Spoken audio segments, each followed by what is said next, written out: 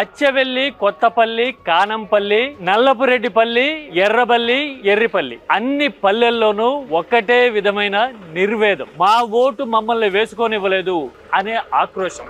మనం ఎర్రిపల్లి గ్రామంలో ఉన్నాం. అసలు పోలింగ్ రోజున ఎలాంటి పరిస్థితులు వచ్చినాయి, వీళ్ళు అసలు ఓట్లు వేయగలిగారా అనేది మనం మాట్లాడదాం. మనం చూస్తున్నాము, వీళ్ళు ఎడంచేయి చూపుడు వేలు చూపుతూ ఉంటే ఒక్కళ్ళకి కూడా ఇంకు లేని దృశ్యాలే మనకి కనబడుతూ ఉన్నాయి. ఈ గ్రామంలో దాదాపు 80% పైగా పోలింగ్ జరిగిందని, 800 ఓట్లు పోలయ్యాయి అని మనకి రికార్డులు చెప్తూ ఉన్నాయి. కానీ ఏ ఒక్కరికి చూపుడు వేలి మీద ఇంకు లేదు.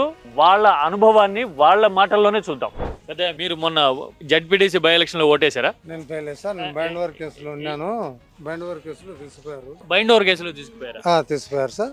సాయంత్రం 5 గంటలకు వదిలేశారు నన్ను. ఎందుకని, ఏ కారణంతో తీసుకున్నారు మిమ్మల్ని బైండోవర్ లోకి? అదే బెదిరింపుల వల్ల కేసు, అంటే గలాట జరగకుండా, అంటే మేము మాత్రమే గలాట చేసేది, టీడీపీ వాళ్ళు మాత్రం చేయరు, వాళ్ళకి చేత కాదు. అందువల్ల ముసిలోళ్ళు ముతకోళ్ళు అనకుండా తీసుకుపోయి లోపలేసేసారు.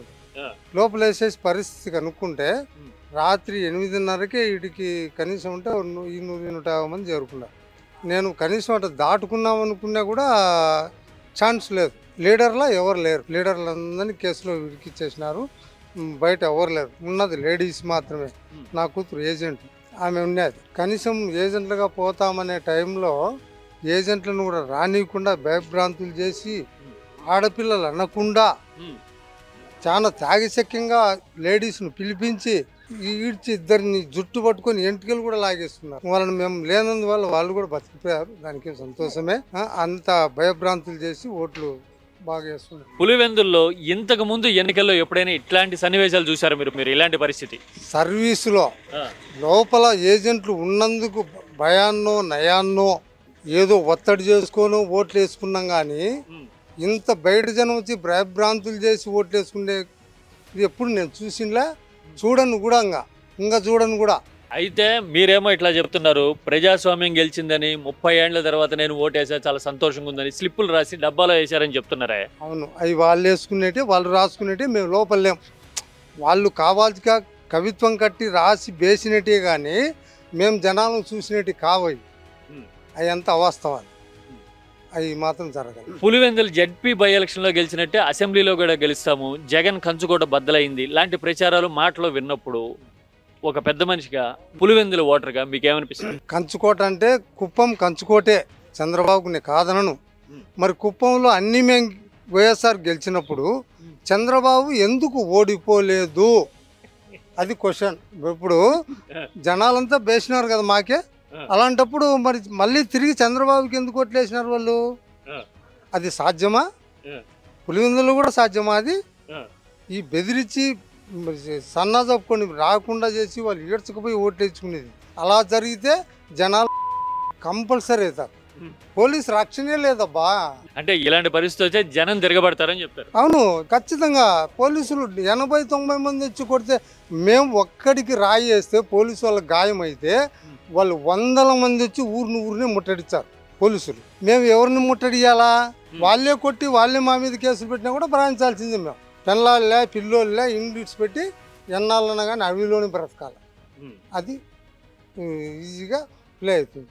మొన్నటి పరిణామాలన్నీ చూసిన తర్వాత, జడ్పీ ఉప ఎన్నికలోనే ఇట్లాంటి సిచ్యువేషన్స్ వచ్చిన తర్వాత పులివెందుల ఇప్పుడు ఎలాంటి ఆలోచన చేస్తూ ఉంది, ఏమనుకుంటుంది? అసలు ఇట్లాంటివన్నీ ఎందుకు జరుగుతున్నాయి అంటే మీరేం చెప్తారు? అవును, అనుకుండేది కూడా ఇది ఎందుకు జరిగింది, ఎప్పుడు జరగనేది కరెక్టే. ఇన్ని ఎలక్షన్లు జరిగినాయి కదా, ఏ పొద్దే కానీ బూతల్లో రిగ్గింగ్ చేసుకున్నారే కానీ పై జనాలు వచ్చి ఎవరు ఏం చేయలేదు కదా. ఇది ఎందుకు భయాందోళన అనేది ఒక ప్రజల్లో రావిడి, ఎందుకు ఇలా జరుగుతుంది అనేది ఒక. మీ పేరు? కంచెల జగన్ రెడ్డి. ఏం చేస్తుంటారు మీరు? వ్యవసాయం. మీరు మొన్న జడ్పీ బై ఎలక్షన్ లో ఓటేశారా? ఓటు వేయలేదు. ఎందుకు వేయలేదు? వాళ్ళు పోలీసులు అడ్డేసినారు. పోలింగ్ కావడానికి ముందు తెల్లవారు 5 గంటలకు రాలేసినారు. ఊరి నుంచి వచ్చి పన్నారు, 200 మంది పన్నారు. ఆరకల్ మేము ఓటింగ్ పోలింగ్ కాడికి వచ్చినాము. వస్తామని వచ్చే కొద్దీ అక్కడ నుంచి వాళ్ళు జనాలు వచ్చారు దండిగా. మీకు పోలింగ్ ముందు రోజు స్లిప్పులు పంచారా? స్లిప్పులు పంచారు. స్లిప్పులు మా దగ్గరనే ఉన్నాయి, కానీ వాళ్ళు ఓటు వేయనీలే పోలీసులు. అడ్డేస్తారు. నేపోతా ఏజెంట్ నేపోతానే కూడా నన్ను పంపించడం లేదు. మీ ఊళ్ళో 80% పైగా పోలింగ్ జరిగింది, అందరూ ఓట్లు వేశారని చెప్తున్నారు. ఒక్క ఓటు కూడా వేయలేదు మా ఊళ్ళో, ఒక్క ఓటు కూడా లేదు. వాళ్ళు టీడీపీ వాళ్ళు వచ్చి వేసుకొని అట్లా ఊరి పెట్టి వచ్చి గుద్దుకొని వాళ్ళు ఒక మేరం బయట వాళ్ళు వచ్చారు. ఒక పల్చెపల్లె, ఒక అచ్చవిల్లి, చింతలుడురు, పెచ్చుడురు, ఎన్ని పల్లెలు వచ్చినాయి. వచ్చి వాళ్ళే గుద్దుకున్నారు. మమ్మల్ని ఓటు వేయనిలే, ఊరోళ్ళను ఓటు వేయనిలే, బయట వాళ్ళు ఓటు వేసిపోయారు. వాళ్ళు వేసుకొని గుద్దుకున్నారు. మీ ఊరు వాళ్ళు ఇదేంటని అడగడం కానీ, లేకపోతే మా ఓటు మమ్మల్ని ఎందుకు వేసుకొని ఎవరు అని నిలదీయడం కానీ ఏమైనా చేశారు? అడిగి నిలగదీసినా కూడా రానిలే వాళ్ళు, అసలే రానిలే వాళ్ళు. ఎంత అడిగినా అడిగి నోరు నచ్చిపోయింది. మీరు ఓటేసారా పెద్దగా? లేదు, నేను ఓటు లేదు. 4:30కు వచ్చినాను. 4:30కు వస్తానే ఆడమంచి మీద గబ వచ్చినారు. ఆ నుంచి వచ్చి పోలీసు వాళ్ళంతా ఎంపలాడి తీసుకొని దొబ్బుకుంటా 5:30, 6:30, 7:30, 8 వరకు మోటు వేసినా కానీ ఫలితం లేకపోయింది. దాకా ఫలితమే ఇలే. మేము 8 కాదు 9:30 వరకు మోటు వేసినాం. ఏజెంటు లేకుండా చేసి వాళ్ళు ఎట్టేటంగా పల్లెప్పటికి ఓటుగా 7:30 కూడా పోల్ చేయలే, 9 వరకు పోల్ చేయలే. మీరేమో ఇట్లా చెప్తున్నారు, అసలు పులివెందుల్లో 30 ఏళ్ల తర్వాత నేను ఓటేశాను, ధన్యవాదాలు అని స్లిప్పులు రాసి డబ్బాలు వేశారని చెప్తున్నారే. ఆ స్లిప్పులు గుంజుకొని జగన్మోహన్ రెడ్డి మీద, అవినాష్ రెడ్డి మీద అక్కసతో ఆ స్లిప్పుల మీద వెనుక రాసి అట్లా చెప్తున్నారు వాళ్ళు. ఎవరు రాశారంటారు? దొంగ ఓట్లు అయిన వచ్చిన వాళ్ళు మంత్రి సమక్షంలోనే పోలీసులే స్లిప్పులు తీసుకొని రాసినారు. వెనుక వాళ్ళు రాజు వేయించినాడు. అవినాష్ రెడ్డి అట్టాటోడంటే వేసే చెయ్య కానీ తుంచే చెయ్యి కాదు ఆయనది. ఆయన మా అనుభవం తెలుసు. ఆయన ఎంపీ ఇంటాల మంచి మాకు తెలుసు. ఎంపీ కాకతాలి కూడా ఆయన వాళ్ళ ఇంట్లోకి మేము పోతాం. వాళ్ళ ఆయన భాస్కర్ రెడ్డి ఎట్టాటోడు అంటే అట్ట ఉత్తమైనోడు. అట్లాంటి మంచి ఇంకా ఎప్పుడు ఇంకా రాబోడు కూడా ఇంకా జరగబోయే కాలానికి కూడా రాడు. ఆయన దొబ్బేవాడు అట్ట మంచితనంలో. అట్లాంటి మీద లిందెలు వేసేదానికి ఇట్లా ఈ స్లిప్పులు తీసి చెట్టేసినారు.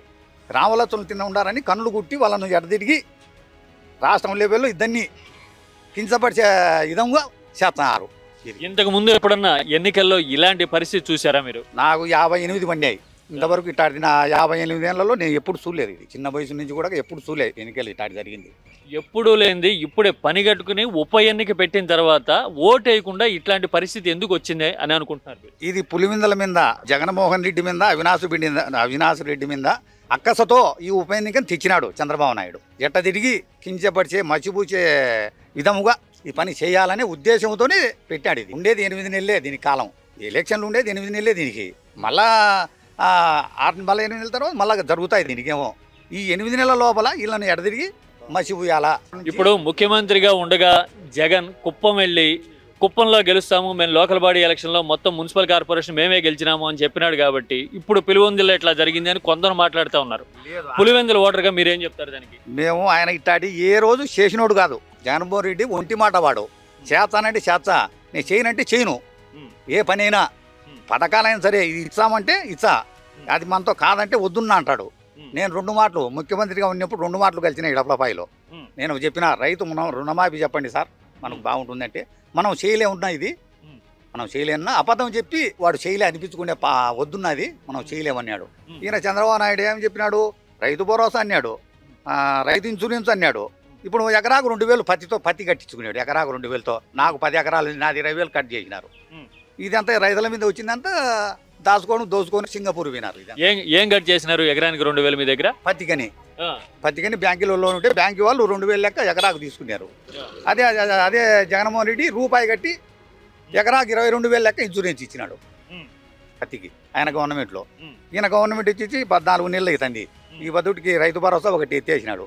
ఈ రెండోది కూడా ఇప్పుడు ఇంకా మాకు పర్లేదు. ఇట్లాంటి అబద్ధాలు చెప్పడంలో నెంబర్ 1 ఈయన ముఖ్యమంత్రిగా ఉన్నప్పుడు పాలగిరిలో రైతు వ్యవసాయం దండగా అన్నాడు. ఈయన పాలగిరిలో వచ్చినప్పుడు ఈయన అప్పట్లోనే రాజశేఖర రెడ్డి ముఖ్యమంత్రి కాకతలికి అన్నాడు. ఈయన అప్పుడు రాజశేఖర రెడ్డి అయ్యి రైతు అంటే వ్యవసాయం అంటే పండగని ఆయన నిరూపించినాడు. ఇప్పుడు ఉన్నట్టుండి ఇక్కడ బై ఎలక్షన్లో గెలిచింది మేము, రేపు అసెంబ్లీ ఎన్నికల్లో కూడా పులివెందులు గెలవబోతున్నామని మీడియాలో ప్రచారం చేస్తున్నారు టీడీపీ వాళ్ళు అంటున్నారు. దానికి ఏం చెప్తారు మీరు పులివెందుల ఓటర్గా? అది కలగనాల. పులివెందుల ఎమ్మెల్యే ఎలక్షన్లు జరిగేప్పుడు రాష్ట్రం అంతా జరుగుతాయి. అది కలగనాల. ఒకటి ఇట్ట పెడితేమన్నా వచ్చి రవిడి ఇజాలు రాళ్ళు గిల్లు వేసుకొని వచ్చి చెప్పలేము.